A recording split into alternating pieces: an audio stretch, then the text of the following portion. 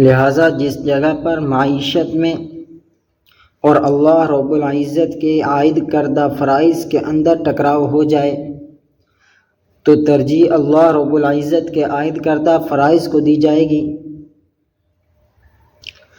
بعض لوگ افراط کے اندر مبتلا ہوتے ہیں۔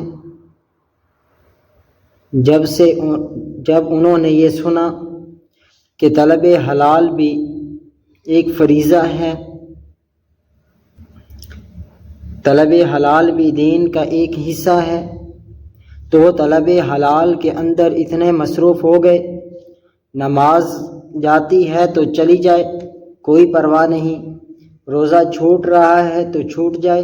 کوئی پرواہ نہیں، لوگوں کے حقوق کی حقوق تلفی ہو رہی ہے تو ہوتی رہے کوئی پرواہ نہیں، طلب حلال کے اندر حرام مکس ہو رہا ہے تو کوئی پرواہ نہیں،